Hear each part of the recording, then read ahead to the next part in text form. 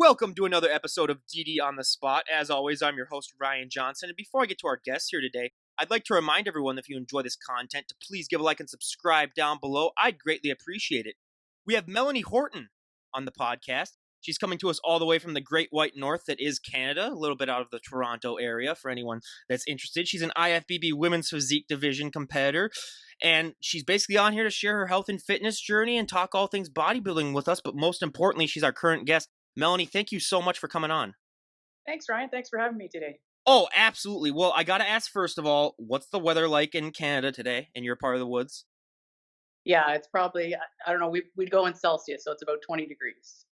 See, I never did get that. I mean, you go in the kilometers and you go in the Celsius, so that's something that's foreign to me. But yeah, we are getting the first week here too, where it's like, okay, yeah, it's just basically like it's you can definitely feel the fall weather coming in bloom. But before I get into that, because that's a podcast that I'm gonna plan to do that's gonna be like 10 hours long of me just saying my winter weather woes and just getting it over with. But that's a long awaited release. Melanie, why don't you give us your backstory on what inspired and what motivated you to get started really getting into shape and how that led to your career in bodybuilding? Because I've done my research and I know that you've been in this sport for quite a long time, but what was your beginning? What motivated you to get started? Yeah, so I think like a lot of people, I just sort of fell into it by accident. Was working out at a local gym in the university town where I was living at the time, Kingston, Ontario. And, there were a few competitive bodybuilders there, and somebody made the comment, you should try a show. So one thing led to another, did my first show. And at that time, we only had bodybuilding for women. So there were no other divisions. So I did well. I think I won the overall there, and that was it. I was hooked. I loved the whole process and the competing aspect, and so just kept going. And a few years later, did a few national shows, got my pro card, and the rest is history. Well, and I got to ask too, because like when you started off, like you said, it was just bodybuilding. There were no other categories other than the changing of, like obviously the other divisions that they've had. What are some of the bigger changes that you have personally witnessed in this sport since when you first got started? I think the number of divisions has just increased exponentially over the years. So it seemed like every year there was a rapid progression from fitness being added, I think, first, and then figure, and then bikini, and then women's physique didn't come up until several years later, and that's really what got me back into competing. I was not competing for a long, long time, probably 15 years, still involved in as a judge and as a promoter, but yeah, I'm not a big person, I'll say. So as a bodybuilder, it was challenging for me to sort of stand up there and be competitive. Not a big person, as her arms are basically taking up the entire screen. Basically, she's telling us. But no, that's why I always love to say whenever bodybuilders try to say something like that, I just got to remind them that like, no, you are bigger than 99.9% of the general public. Just making sure that you guys are aware of that, because I know I always like to make that joke. But yeah, it's really fascinating. And I mean, I always remember my dad telling me about all these stories about when he was, in high school, or when he was in college, when I was in college, about, how different people train for things. Like I remember him telling me about the Nautilus machines and stuff. That's still something that I didn't even know what that was. But other than, I mean, just the so many things that have seemed to have evolved. Has the training since when you first got started and then you took that 15-year break, how different was your training back then as opposed to how it is right now? So the training, the basics have stayed the same, I think. And from the very beginning, I was really fortunate to have great coaching. Laura Benetti, who's one of my best friends now, she was my coach as an amateur. And we've stayed very close. She's actually my daughter's godmother, so she's in Omaha now. But and she was very strict with proper form and execution. So there's always things you can improve on, but I had a good sort of starting point. I think what's changed is more on the recovery side. So we didn't really I didn't pay too much attention in the beginning to proper stretching and doing things like yoga and massage therapy and all those other things that we do today to sort of take care of our physique. But the training itself the basics have stayed the same, I'll say. With Ori too, I mean, someone showed me her photo probably like a couple of years ago when I got started this, and I said, there's no way that's real. That's Photoshop. Like when she was in her competition stage. So that's just, everyone go and look that up if you want to see that. Like she was unbelievable. So yeah, that's great that, you're good friends with her. And I actually was messaging her and seeing if she wanted to come on, but I haven't heard anything back. But I'll definitely get back Yeah, I'll on ask that. her. Ask her. She probably will. She's great. Oh Yeah. yeah, well yeah, and sometimes too. I mean, if you message people they don't know, so I totally understand that. So yeah, but we'll get on that because yeah, I think she would be a great guest as well. But one thing that I love to talk about on this podcast, especially, is genetics because so many people, especially in this day and age, where I mean, everyone's on Instagram, everyone's on social media, where everyone just likes to compare themselves to others. I mean, and that's it's human nature where everyone's like, oh my god, I want his arms, I want her back, I want their abs. I mean, people just don't realize that you can only be the best version of yourself. I mean, you don't know how a person got to that look. Some people, I'm just gonna be completely honest. Some people are just lucky that way. Where I mean, I have a friend still to this day who he can eat 10 Twinkies every single day, and he's not gonna put on an ounce of fat. And I tell him, I say, I hope God's pulling a huge prank on you, where one day you're gonna wake up 400 pounds. But hey, it hasn't happened yet. So hoping that's gonna happen. But I always say too, whenever someone first gets started working out, they always have one body part that really, really takes off, and then they always have one body part that just lags behind that they have to train to oblivion to get it to catch up. What were those body parts for you when you really started taking things seriously in the gym? Um, so my arms definitely responded right from the get go, but my upper body, when I was a kid, I'll say, or in my youth, and in our area, we did a lot of water sports. I'll say so. I did competitive kayak and canoe racing. So that doesn't do a whole lot for your legs, but and my legs have always been an area that I've had to work a lot harder, and only recently that they've started to come up a bit more. It's still not always room to improve, but yeah, I think upper body's been a bit easier for me, and the lower body's been a challenge. That's pretty common for women, though, I think. Well, you mentioned your arms. Can you give us a front double bi because they're basically just popping out of the screen. There you go. Oh my god, that's just not even. That's just ridiculous. Everyone, we need to go and train arms now right after we're done talking here. That's just ridiculous. But yeah, I would have guessed that before I even asked that question. But I love asking that question because so many people just don't understand that not everyone's going to be built the same. Where people are just like, oh, I'm doing the same thing that she's doing, and why don't I look like that? And it's like, well, first of all, it takes time.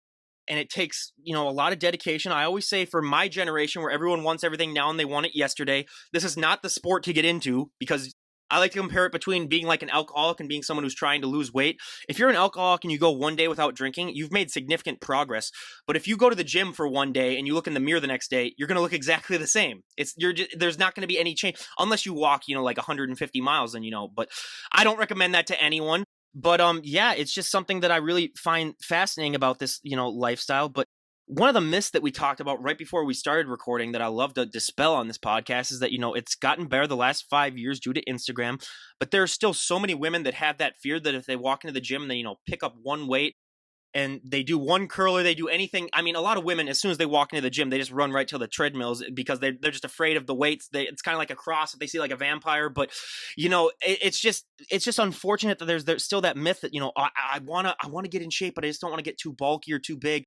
And it's like, no, that's not the case. But did you ever have that fear when you were getting started? And even if you didn't, I mean, I bet you still hear that all the time. How do you like to respond to that? Yeah, I mean, I think I've got the bodybuilding mindset. I don't know if that's genetic too, but I've always strived to sort of be a bigger athlete, a better athlete, and that works well for this sport. But absolutely, I mean, you hear it all the time with women who are worried about getting too bulky and looking too manly, if you want to use that term. But yeah, there's that misunderstandings hasn't gone away. So yeah, I'm not sure Oh how to well, solve. I always say to that, like the manly term, I would say, well, what kind of men are you hanging out with then? If that's what you make it look like. I mean, I always find that fascinating too, where it's like, no, that's just that.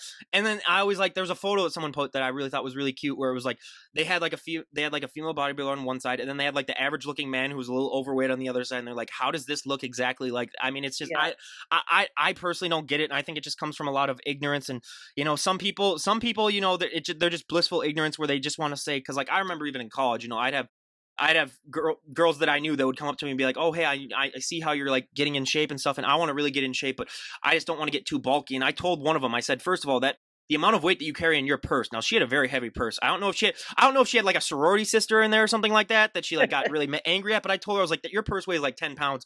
You haven't gained an ounce of muscle from lugging that thing around, whenever we go out or anything like that. So, and it's all about, just disproving that. But that also goes into, I mean, one of the things that I think impacts women so much more positively than men when it comes to working out is just the confidence boost that this gives you. I mean, we have heard so many stories on this podcast of women who have made, life change decisions. It's helped them become, either more assertive or just, I always say, excuse me, the working out aspect is the one thing that you can take from the gym and use to impact every single aspect of your life.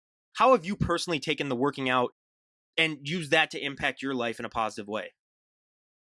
I think the biggest thing is the sport gives an opportunity always, no matter what level you're at, whether you're just starting out or you've been doing it for 20 years, to create changes in your physique. You have a fair bit of control over that, but to always improve. So no matter how good you get and how long you've been doing it, there's always something that can be better, and so that sort of translates really well to other aspects of your life. That there's always room to be better, be a better person, be a better mom, wife, whatever. And yeah, so I think that's something that's been a real rewarding part of the sport for me. Can I just say a little tangent? So you're like the 20th Canadian that I've had on, and every single time I have a Canadian on, every single time they say out, I giggle a little bit on the inside. I'm just trying to contain it, but that's my guilty pleasure. Where hey, I've had a couple of like British people and New Zealanders and Australians on, but the Canadian just with their out, I just that just gets me every single time. So that just adds a little bit more flavor to the podcast. But yeah, I totally agree with you when it comes to it's just there's just so many things that the sport can do positively that I think aren't really stated as much. And I really think it's because most people aren't that familiar with it. Because I think if you were to go up to the general public and say, what are your opinions on bodybuilding or bodybuilders? They just say, oh, those are just the people that just work out a lot and they go on stage and they pose. They don't understand that, that's like 1% of the journey that goes on. They don't see, the other dedication and all the other stuff that this sport requires. But one of the things that I think also isn't talked about as much is that this is so much more of a mental sport than it is a physical sport. And most people would never guess that in a million years because they just see the physical changes that are presented through the hard work and the dedication. But so much more mental stuff goes on. I mean, I always say it's easy to convince yourself to work out every single day, but that mental aspect of waking up every morning and, doing the cardio, doing the workouts, getting your proper amount of nutrition. What is this mental journey like for you, and how has it affected you overall? Because I mean, that has so much more of a lasting impact, in my opinion, than the physical journey ever will. Yeah, I couldn't agree with you more. It's and I don't think it's unique to bodybuilding. It's true. I mean, you know better than anyone as someone who was a pitcher. That's probably even more mental Mental than mind games to physical. the extreme. I cannot. I have talked to myself so many times on the. Yeah, it's just Yeah, calming you. Yeah, I can't. Yeah, and absolutely. being able to sort of stay neutral. And there's a great book called by Trevor Moawad. He's a mental performance coach. Works with Seattle Seahawks and a lot of football NFL teams. But he's got a book called I'm going to forget the name of it. But he talks about neutral thinking as opposed to positive or negative and being able to stay there. But to be honest, I think that in the last year or 6 months, that's been the biggest area of change for me is being able to get a handle on negative thinking and self doubt and all those things that haunt you and sort of hold you back from being your best. So that's it's really really important. I think people underestimate the value of sort of strong mental toughness in being successful. Oh, I mean, the mindset is one thing that I think a lot of bodybuilders have in common. Where I always say, like, if you get through a prep and you're a bodybuilder, I mean, you can really accomplish anything in life. But yeah, I'm glad that you brought up the whole pitching thing because yeah, literally, I totally forgot about how many times like I was on the mound just talking to myself and just trying to either like calm myself down or doing anything. I mean, I was in the state tournament one year and my legs were literally shaking as I was walking out of onto the mound like in the first inning. But then, as soon as I started, everything was fine. But yeah, just the mental mind games. And I would be one of those freaks where like my last period of high school, we call our classes like periods. So like my last period, Yep. basically, I would leave like I would get permission from my teacher to leave like 10 minutes early just so I could go in the locker room and just like sit on a bench and just like relax and get my mind straight, even though we didn't have a game for like 2 or 3 hours. So yeah, I just those mental mind games. Yeah, I'm a professor basically when it comes to that. But one thing too that is not talked about as much as it should be is the nutrition because the nutrition plays like 80 to 90% of this lifestyle. I mean, I still have some friends to this day who, God bless their soul, but they still, basically think that, hey, I can have pizza and burgers, like 3 or 4 times a week as long as I work out 5 times a week, and, everything will be fine. And I tell them, it's like, yeah, because we're 25, that might work for a while, but it's like, call me when you're 35 and then we'll see if that's still the same story. But what were some of the bigger nutritional changes that you made when you really started to get things serious in the gym, and how has that evolved? Because I mean, I can guarantee the nutrition that you had before you took that 15-year hiatus is going to be completely different from the nutrition that you have now as you've gotten older. You know what? That's actually, so first of all, the nutrition being so important in getting lean and getting sort of stage ready. It's never been more apparent to me than in the last few months with quarantine, because a lot of us were in a situation where we didn't have, well, most of us were in the situation with no access to a gym or very limited equipment. So when you take that training, sort of intense training, out of the equation, and you can still achieve a stage ready physique, it really shines a light on how important the nutrition is and how critical that piece is. In terms of changes over the time that I've been involved, the types of foods are, a lot of it's really the same, to be honest with you. So the diet, I could probably use the diet or something similar to the foods, at least, that I had used 20 years ago, and get pretty close to the same condition. But I think the biggest change has been a lot more attention to the micronutrients and how your body's responding to things is sort of more where the advances have come. Yeah.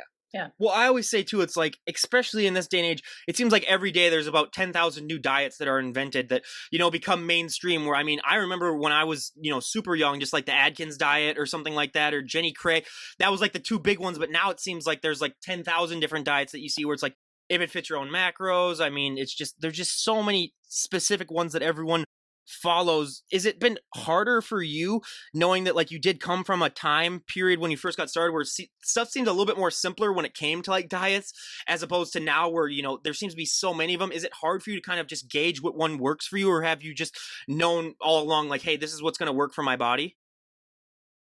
What works for your body does change a little bit Yep. over time, but I think that's where having a good coach becomes really important. Um, and they're able to sort of make adjustments and modifications, so that things, not only that you're responding, but that you're healthy internally, so that your liver's working well, your kidneys work, your heart's working well. So again, that's something that I probably didn't pay a whole lot of attention to 20 years ago. It was just sort of eat the food and go to the gym. But yeah, I think that if you've got a good coach, you can make sure you're being properly fed, and a lot of timing around training. So making sure you're being fed in the right timing windows, and cycling your carbs to off days and training days. That's It's key. I mean, again, that's why I say a coach is so important in this sport. And so many people that I've had on the podcast who they're getting done with like their first show, and it's like, oh, who's your coach? And like, oh no, I did it by myself. And then I'm always just like, oh, you poor thing. It's like your life could have been so much easier had you just gotten a coach. But yeah, that just shows the importance of it. But one word that I think people who are bodybuilder, they hate to hear is cardio. And I hate cardio more than life itself. I mean, but with this coronavirus, I've had more free time to do a little bit of cardio, just because I can't go to the gyms as much as I'd like to. But what is your relationship with cardio like, especially now, since, I mean, we were talking before, you are 10 days out of your last show that you did. And, cardio going up until then is, I don't even want to know what that's like. But what is your relationship overall with cardio like? Is it something that you like? Are you one of those freaks that I have on that actually enjoys it? Or are you like No, or are you like the normal population where you're like, no, I don't want to get on that treadmill? no. Yeah, I'm not. Never been a big fan of cardio. But again, that's where the mental part comes in. Again, you've got to sort of convince yourself that you like it, you want to do it. It's going to get you closer where you can be. Um, yeah, things like podcasts and music are the thing that sort of keeps me going on long cardio sessions. And then variety. So I try and change it up as much as I can. I don't mind. I actually enjoy spin bike. So that's the one cardio that I don't mind. But if I didn't have to do cardio ever again, I wouldn't be sad. Oh, I mean, yeah, I bike rides are my one thing that I like to do during the summer and like weather like this, where it's perfect for. But like, I have to watch movies if I'm on a treadmill. Like, that's the only way I can Yeah. stay on for a month. But here's the problem: I've run out of movies to watch. Yeah. because I've done like 50 days of walking. I just do walking where I'll go for like 100 minutes just because I have so much free time where, but I've run out of movies to watch. But hey, at least this podcast will help you through your next cardio session whenever this Right. this gets released. So hey, we're knocking out two birds with one stone. But the most important thing I personally think when it comes to this lifestyle and just especially your recovery, but everything in general, I think this might be the most important is sleep, and it's not talked about as much as it should be. I mean, oh, let's be honest. In this day and age, too, I say this day and age a lot because it's so true with technology and everything. People are not getting the right amount of sleep, and I've had nights too where I'm editing this podcast and I look at my clock and I was like, oh my god, it's 3 a.m. I should probably get to sleep right now. But sleep is just for me, it's a thing that I'm never going to be able to fully, get a hold of. But it's so important when it comes to bodybuilding and recovery, just because, I mean, even as someone who's never competed, but I've, gotten in pretty good shape, is that, I always compare that feeling of getting that proper amount of sleep to waking up the next morning. You feel like a superhero, basically. I mean, you just feel so well rested and you feel perfect. What is the proper amount of sleep that you try to get personally? And are there any tips and tricks that you use to get that? Because I know a lot of people, they take like a melatonin or something like that, but is there anything that you do to help guarantee that you get that sleep? I mean, because especially in a prep, you need your sleep. Yeah, it's huge, and like you, I never paid any attention to it till probably a couple years ago.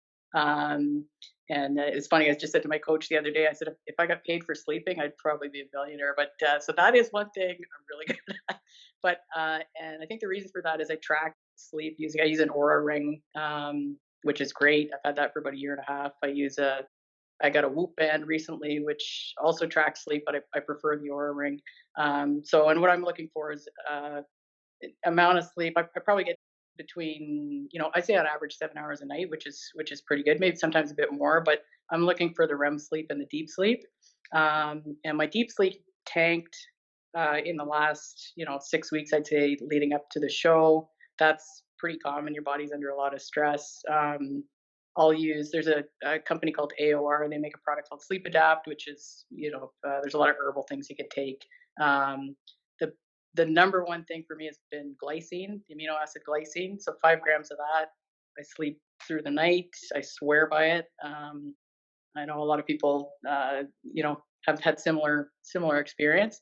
Um, I got back from Pittsburgh, so I'm in quarantine right now. So I don't have any of my sleep supplements with me, but I'm still tracking, and I've been using just a meditation app, um, and I've had the best deep sleep I've had probably all year in the last week. So yeah, I'm getting consistently, an hour to an hour and a half of deep sleep a night, which is huge. So I feel great, but you definitely see a difference, and you feel it, and you can see it if you're not getting the sleep. So People don't understand that with sleep, where I mean, there's some people that can function on like 4 hours of sleep, but maybe that's because 2 of those 4 hours are their deep sleep where they do it. Where I mean, I've had some crazy people too on this podcast too, where you can tell that they sleep for probably like an hour or two a night, but hey, they get the right amount. So but what's an aura ring? I've never heard that before, and it sounds interesting.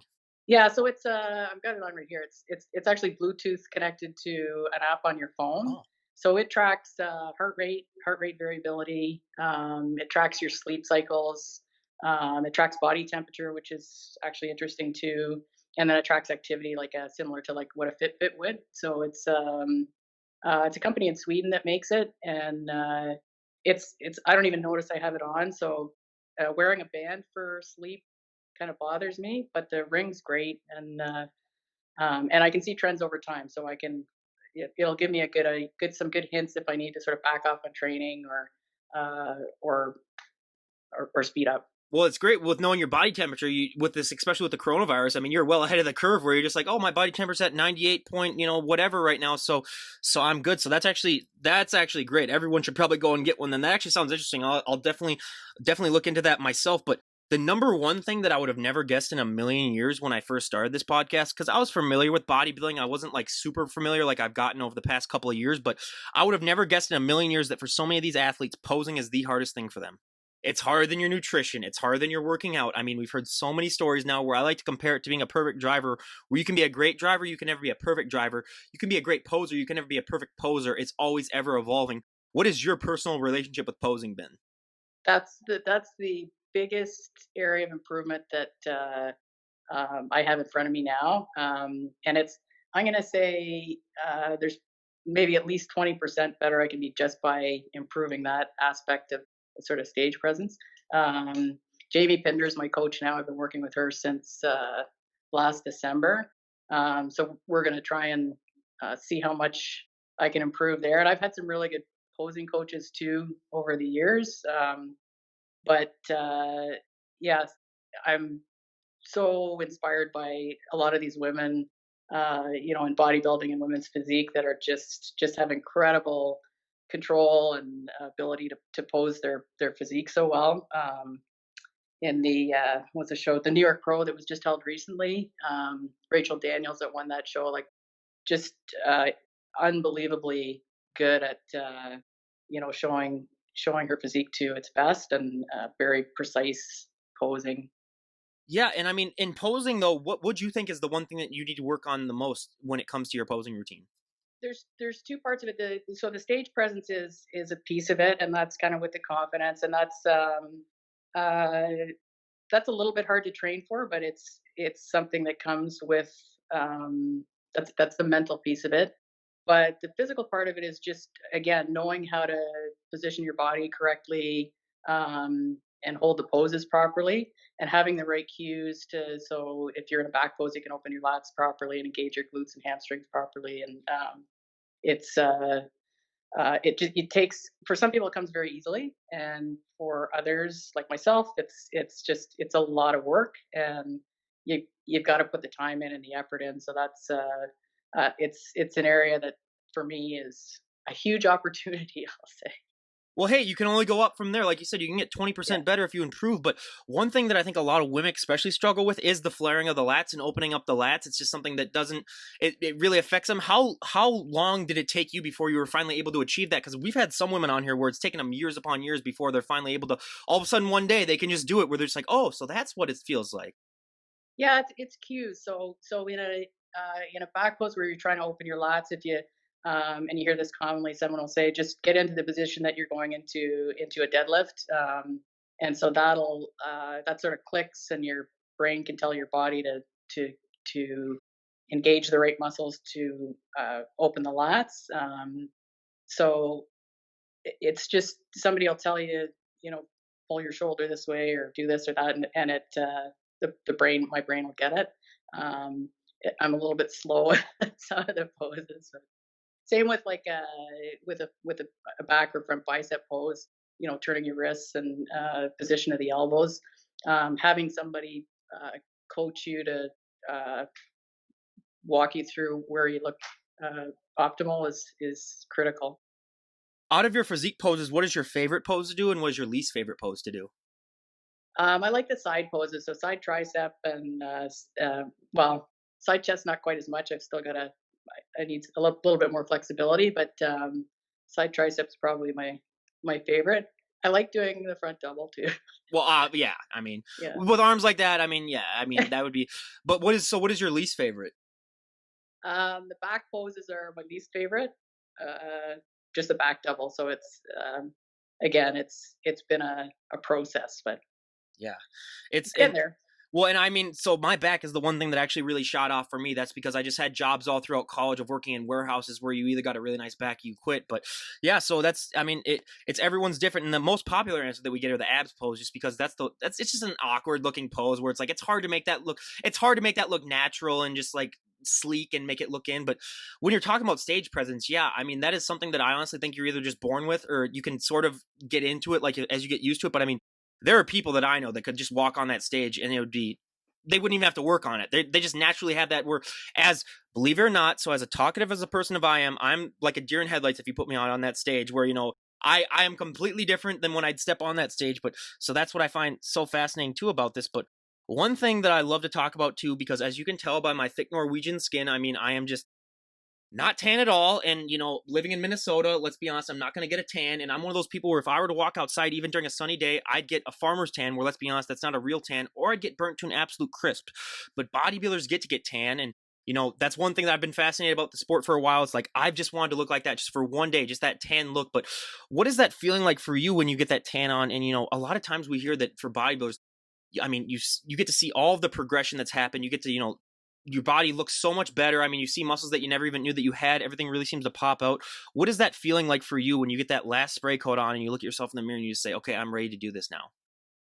So I don't know if this is common or not, but I hate the spray tan. Like, I get that's the one thing I can't wait to get in the shower after you get off stage to get the tan off. But for me personally, I'd rather be in the gym like the week before the show, and that's where I think when you're training, you know, you can sort of see everything that you've been working on. So getting a tan on and getting on stage is I know the idea is for that to be sort of the peak, but um, yeah, it's still Well, working it I out. always say too. I mean, you got to be like your own statue, basically like that. You can't really sit on anything. You can't lean up against anything. You got to bring your own bed sheets. I mean, there's so many things that I always say that like these poor athletes have to go through that no one else understands, and that's one of the top ones too, where people are like, oh, that makes them look great, and I was like, yeah, but it comes at a cost too. Where like they gotta. And I mean, I'm not even gonna get into the smell because you can't really put on deodorant or anything like that. So I always tell people, do not go backstage at any of these shows if you want to. I mean, you will not be, you will not enjoy it. But yeah, it's just another thing that unfortunately, I mean, you have to do. But It's a lot easier now though. So now with with spray tanning, it's quick and it's done. So when I started competing, we used to do this by basically by hand. So somebody would have to put the pro tan or whatever it was on you, and it was messy, and so it's much better than it was then. we've heard that too. We've had a couple other people that competed for a while too, and they've said the same thing. So I'm glad that at least that's come to be, because then, maybe who knows, 10, 15 years from now, maybe they'll just have a spray that comes off automatically as soon as you walk off the stage. Who knows? But hopefully it will get easier. But one thing that I ask all of my guests, whether they be my bands and musicians or my bodybuilders for my bands, I always ask, what's that feeling like when you get to walk up on stage and perform live in front of hundreds to thousands of people? That also applies to the bodybuilders I have on. What's that feeling like for you when you get to walk up on that stage and show off all that hard work that you've worked months upon months on? It's terrifying for me. It's, uh, Pittsburgh was because of COVID, there was only the judges, so there was no audience there, and that was for me. It's a little bit of a benefit, but yeah, I'm maybe you can relate to this, but I'm more of a shy person, so um, yeah, I always get the butterflies backstage, and I know a lot of people get that, but again, there's some people, and I'm really admire the people. You can just tell they're very comfortable and confident on stage.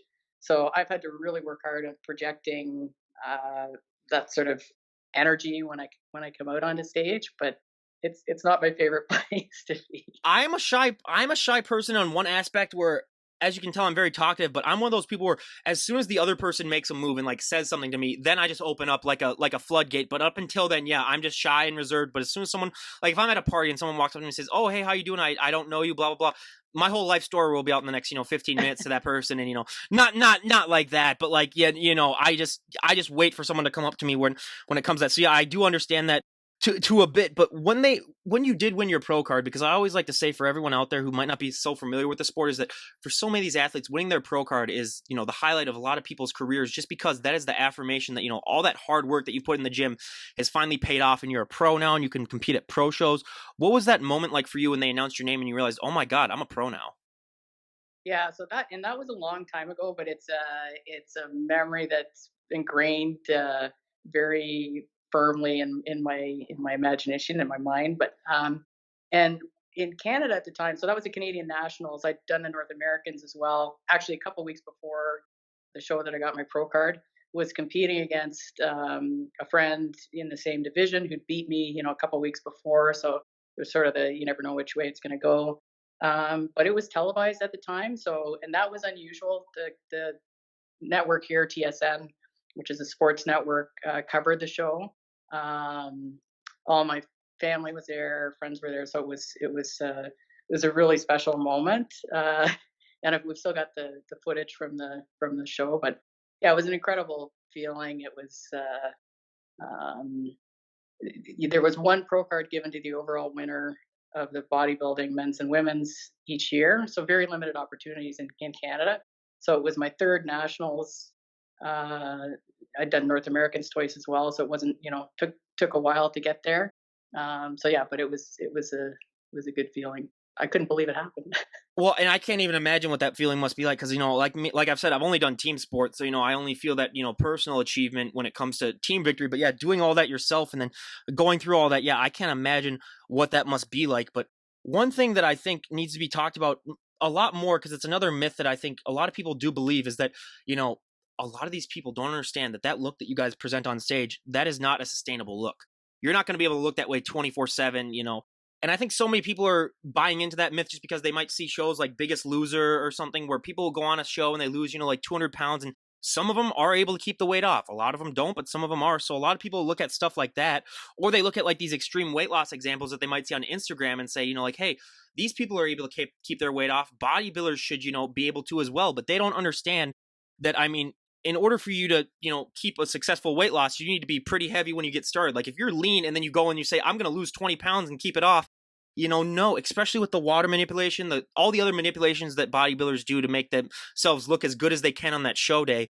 But what was that like for you when you first realized that, you know, hey, all this hard work that I put into this look, I'm not going to be able to maintain this look, and, you know, I am going to have to put on some weight. What was that like when you first got started, and has it gotten easier for you to accept that as your career has gone on? I think everybody challenged or struggles a little bit with the sort of the few months after show where, yeah, you've got that lean look that everybody would like to be able to keep as long as possible. But it's again, if you're driven to improve and get better, and you want to, especially if you want to add a little bit of muscle, then and be healthy. I mean, that's for me. I want to do this as long as I can. So it's just sort of coming to be able to accept and appreciate sort of every stage, whether you're off season and 20 pounds heavier, or lean, contest lean. And yeah, so just I think not worrying too much about what you see in the mirror, maybe, but and other people are not nearly as critical as bodybuilders are. We're our own worst critics, I think, with very few exceptions. So nobody's gonna think less of you if you're 10 pounds or 20 pounds heavier. Um, I just try to focus on being healthy and getting better. That's why I like to say, like when I said, first of all, that, you know, like you're still bigger than 99.9% of people on this planet, because yeah, bodybuilders are their worst critic. We've had so many stories of that. But I mean, when it comes to putting on muscle too, I always like to compare it to starting your own business, where you got to spend money to make money. You got to put on weight if you want to put on muscle. I mean, unfortunately, those two just go hand in hand. But one thing that I think, you know, is so fascinating about bodybuilding in particular is that, like, let's be honest, you're not the average looking mom. I mean, if you were to walk out in public dressed the way that you are right now, you're gonna get stares, just because it's human nature when they see something that they aren't familiar with. Just be like, "Wow, what is that?" You know, I mean, you become sort of like a mini celebrity. What has that been like for you, and what's that journey been like for you? Because I mean, since you've been in this lifestyle for so long, has it gotten to a point where, you know, you just don't recognize it as much, or you're able to ignore it, or what is that whole journey like, you know, of dealing with other people's reactions? Because I mean, all the times people can tell me that, you know, like it doesn't really bother me, but it's like it still is a part of your life. So what is that aspect like to you? So and when I say I'm not very big, like I'm short, and I'm I'm relative to a lot of other competitors. I see myself as being small. Like my Instagram name is, I go by Minnie Mel, and that's for a reason. So in person, unless I'm wearing something sleeveless, if I'm just in a t-shirt and jeans, I think it's hard to tell. So I'm still shocked when people sort of look at me as being unusual, or comment on my physique. When strangers do that, so it's a bit surprising to me. I'm not used to it. I don't expect it. I don't realize I look like I do sometimes. And that's, hey, I'd love to have that problem too, because then, you know, you're just more surprised and you're like, oh, that looks great. But I am not as big as I used to be. I've lost a little bit of it just because of, you know, jobs after college and more responsibilities in this podcast. But I remember in college, I would go to bars and, you know, some girls would just come up and start feeling my arms just without, they just come up and start doing it. But let's be honest, this was Ryan Johnson, the colleger. So I'd pump it up. I'd pump it up for him a little bit, you know, and show off. But, you know, it's just something that you really it's crazy. But, you know, it's a part of, you know, it's just a part of it. But what was your friends and family's reaction like when you first got into this sport? Because I mean, especially when you got started, this was not as popular as it is today. What was the overall reaction like when you announced, "Hey, you know, this is something that I'm interested in and might want to give a shot"? My family's always been really supportive. They were sort of fairly athletic background, so they thought it was fantastic. And when I was competing at a national level, I think they were, always very supportive. So But yeah, there's still a lot of people that they just don't get it. They don't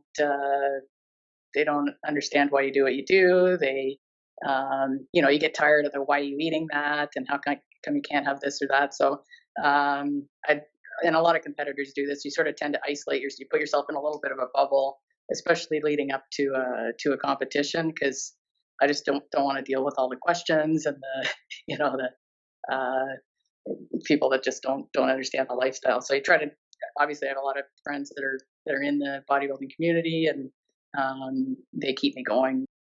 Yeah, that's awesome. And I mean, it's great to have that support because we've heard so many stories of people who, maybe not have, has had that much support from their family and friends and how much more difficult that makes it. But one thing, like the elephant in the room that we got to talk about is coronavirus because it's one thing that has impacted our lives so much. And I always say, like I ask this question, I'll ask you this question as we end the podcast, what is one thing that you want to achieve if we were to talk a year from today? But if you were to tell me, if I were to talk to a year from yesterday, or I mean, a year ago, and you said there's going to be a global pandemic, first of all, I bet my entire life savings on it and just say no. But so I don't even know with that question anymore what to ask. But I mean, it's been something that's drastically changed our lives. And how has this pandemic impacted you specifically? Because with bodybuilding, I know when the gyms close all around, I mean, bodybuilding, the gyms are basically like your drugs. Basically, if you're a bodybuilder, that's your one thing that's getting you through the day and you really enjoy.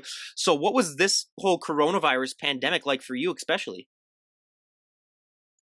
So at the beginning, I think like a lot of people, there was a lot of fear and anxiety over your routine being disrupted. At the time, I did work from home a little bit, but you're exclusively working from home, not being able to go the places you used to go. Um, that was the first couple of weeks. There was a lot of resistance, and people weren't sleeping well, fear and anxiety. But and I was just in the middle. I think I just started prep for what was going to be a show in June. Um, but I kind of decided uh, early on I was just going to make the most of it. And I've got teenagers at home, um, so I've got to set an example for them as well. Um, and they were struggling. I felt a lot worse for them than for myself. My daughter was graduating high school, so that was a nightmare for her. But yeah, it was just in terms of the prep, we just kept going. So, and again, having a really good coach to sort of help with all that daily was important for me, and reframing everything. So it was just just making the most of it, and it turned out a lot of people sort of failed on prep and abandoned that because they didn't have access to a gym. But um, yeah, I kept going. Work life was really good. I ended up shifting into my own consulting business just recently, so that was something I wanted to do for a long time. And yeah, I think a lot of positives came out of it, I'll say. So So what was that like for your daughter? Because I can't even imagine. I mean, in high school, my social life was everything. So that's just. I mean, my yeah, my little brother graduated college, and it was kind of different because he was kind of like a suitcase, or I don't even know what they call it, where he came home like every single weekend because the college was close by. But like, what was that like for her? Because I cannot imagine what that would be like if I was a senior and that yeah, it happened. was awful. I mean, they did it. They sent their cap and gown for high school. They sent it by courier, and they did sort of a virtual grad, which was really lame. But she's just started university, and obviously she wanted to go away, but it's virtual right now, so she's still at home. But yeah, she's really missing out. And she's a dancer as well, so all her sort of final senior year competitions all got canceled, and that was so it was tough for her. But uh, yeah, hopefully they'll get back into dorm life in Uh, January. Jeez, I mean, I cannot. I am so happy that I was born a couple of years earlier than your kids. But yeah, that's just that's insane. But what was it like for you keeping, your workouts in and everything, knowing that like the gyms were shut down? Did you have to do a lot of stuff from home, or did you know someone that had a gym? What was that like? So it was all from home until I think June. I got back. I had access to limited access to a gym, but um, and again, kind of looking back, uh, I think it all worked out fine. I did a lot of so you had to get really creative. I did a lot of blood flow restriction for legs because I didn't have access to any heavy weights. I had adjustable dumbbells, but only up to 50 pounds. So you sort of I made the most of what I could with what I had. Um, and then a fellow who owns a training gym more for basketball and baseball and hockey players. It's a private facility. He was very gracious and had let me use that starting in June. So that was nice to get back in the gym and get in the squat rack again. But yeah, it was a lot more higher volume. I think like way higher volume than I'm used to, and I think that was a benefit because it's not something I've been doing, especially for legs. So Yeah. Well, and you mentioned blood flow restriction for your legs, and I thought my legs hurt enough when I get through a training session because they're that one body part for me that just doesn't grow. I'm 6'3", so just to give you a little, okay, so that explains enough as it is. Where I mean, like I'm built, where my upper body for someone who's that tall, it's pretty big for someone who's that, but my lower body is just a twig. Where I mean, I always said I could inject pure muscle into my legs and they wouldn't gain an ounce. I have no idea how. Calves are even worse. Where I mean, for a pitcher, I did not have a pitcher's body. Well, I kind of did when I was super skinny, but like pitchers are known for having kind of a stronger lower body and stuff. But yeah, that's just not for me, which just shows, how I was able to be that good as a pitcher. I have no understanding of how that's possible. But you mentioned blood flow restriction. I mean, my leg workouts are hard enough as it is. I cannot imagine going through that. Were you even able to walk after those blood flow restriction trainings? you have to be careful with it. So I like to train intensely, but wisely too. Because like I said, I want to do this as long as I possibly can. I've been really fortunate. I haven't had any sort of significant injuries. Um, so yeah, it's a great technique if it's used properly, and the loads are much. You can use much lighter loads and get a good response. So um, I wasn't using blood flow restriction every day by any means, but every other week, and yeah, it helped a lot. All right, so now we get to our last round of questions that we have here on the podcast. So one of the training techniques that I actually love to talk about is time under tension. It was something that I was familiar with before I started this, but I really got into it more as more guests recommended it. Do you like to use a lot of time under tension in your training? Absolutely. I mean, that's the key to hypertrophy, right? Yeah, that's one thing that we hear a lot. And I mean, mind to muscle connection is one thing that we hear of a lot too, that a lot of the general public would never understand if you say mind to muscle connection. But for anyone out there that doesn't know, I mean, that's really just, focusing on the muscle when you're lifting it and going slow and making sure that you really get as much activated out of the muscle. But a lot of people think that they can just walk into the gym and do that as soon as they hear about mind and muscle. They're like, oh, I can just achieve that. It's another thing. It's just like flaring your lats where it takes time to accomplish. How long into your journey before you really developed, you think, that mind to muscle connection? And a lot of people don't understand on top of that, I mean, you can have developed a mind to muscle connection for, let's say, your biceps. But if you do a leg day, that's a different type of mind to muscle connection. So how long before you really felt that you really got that mind to muscle connection down in your training? Uh, Absolutely, it does vary so much depending on the body part. So in some areas, again, mostly upper body, with the exception of shoulders, I'll say. I've got a good strong mind to muscle connection, so I'm able to get a lot out of the workouts. Legs have been We can tell. We can tell. legs have been a challenge, and I still got to figure out glutes. I have lazy glutes, but um, I think tempo too. You mentioned sort of slowing down, but slow eccentrics and getting the most you can out of every rep. But the number of people who actually focus and train intensely is people can be really strong and train hard and put a lot of time in the gym, but unless you're training properly, you're not getting the most out of your workouts. So with the sort of primary focus for me being stay healthy, don't get injured, and after that, trying to train as much as efficiently as I can to grow muscle. Yeah. It's all about that too. I mean, a lot of people, one of the bigger myths too is that a lot of people don't realize that, bodybuilders and powerlifters are completely different. Where I mean, bodybuilders, they look like they could, lift more than anyone in the planet, but some of them, it's just a lot of it is, I'm not going to say for show because it still takes hard work to achieve that, but it's like you're not going to see them benching 400 pounds, on a bench. But yeah, it's really just about, it's all about growing that muscle. But one question that I asked all of my listeners before this last new year was what is one body part that you're looking forward to growing most in the new year? And the answers that I had were like arms, chest, abs, back, legs. I basically went through everything, and arms won by like 10%, and we saw that you have amazing arms. What does an arm day look like for you? Uh, so you're going to hate this, but I don't train arms as as much as you might think. So you get a lot of accessory arm work when you're doing back, chest, shoulders. So your arms are getting a lot with the with any of those upper body workouts. And I know that that's the exact face that you're making that I make when I see somebody with unbelievable calves, and Yep. 99% of the time they don't train them at all ever. So I hate those people too. But yeah, I'll do like a focused arm day maybe twice a month where it's just biceps and triceps. I think early on when I was competing, uh, just doing hanging chin ups was a sort of staple, but incline curls, spider curls, those were sort of the ones that I found the most benefit from. But I find with you know with back, chest, and shoulders, my arms are getting lots of stimulation from those days as well. So Well, I was gonna wait till we got to the end here. So, Melanie, how old are you? I can't say that. You can't tell us that? Okay, yeah, no. She's I'm over 40. I yeah, might be we'll do over that. So, 50. can you give us another flex then? Because she's over 40. Everyone, and she has arms like that. That just look. There you Everyone, go. everyone, just look at that.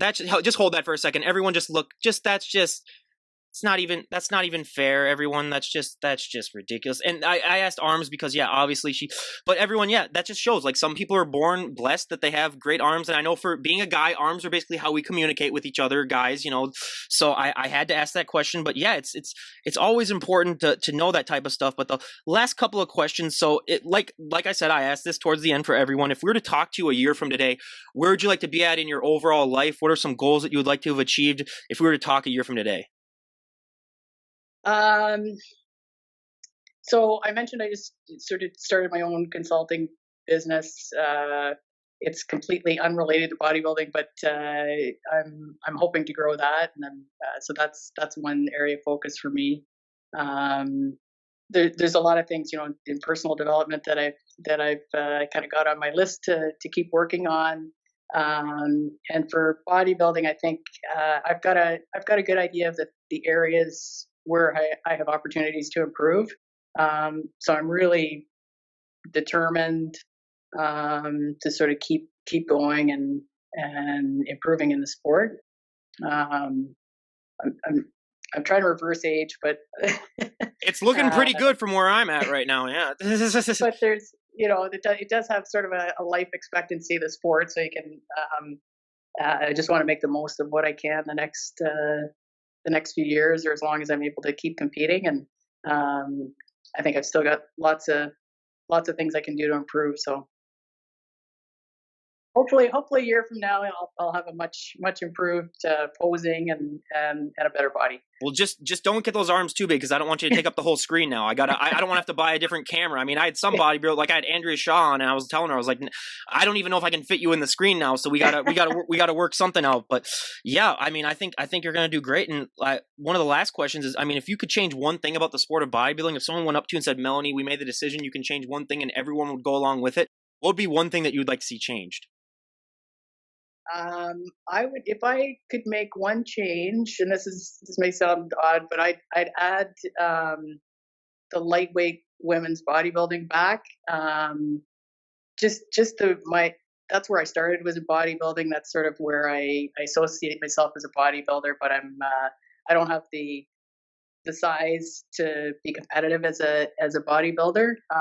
But at one time they had enough women in the sport that they had a lightweight division, and so that would be kind of a interesting thing to see. That's the first time that we've heard that, so I highly recommend Yeah, everyone go and look that up. Well, normally the one that I like to say too, and a lot of people agree with. Well, one of them is like the pay thing, where you need to make more money because yeah. this is a one sport that you're not going to make money in. You're going to lose money, but also like just more parity when it comes to what they're looking for when with judges. Because I mean, we've had so many people on this show where they go to one show and they win first place, and they keep that same package, and they go 2 weeks later and compete, and they get like fifth or sixth place, where it's just like there needs to be like there needs to be more of like a round choice of like what they're looking for. And you've also done judging as well, so maybe I'll ask you a couple of questions on that then, because we haven't had that many judges on. So when it comes to the judging aspect of the sport, I mean, what has your experience been like when it comes to judging? And I haven't been on a judging panel in a long time, so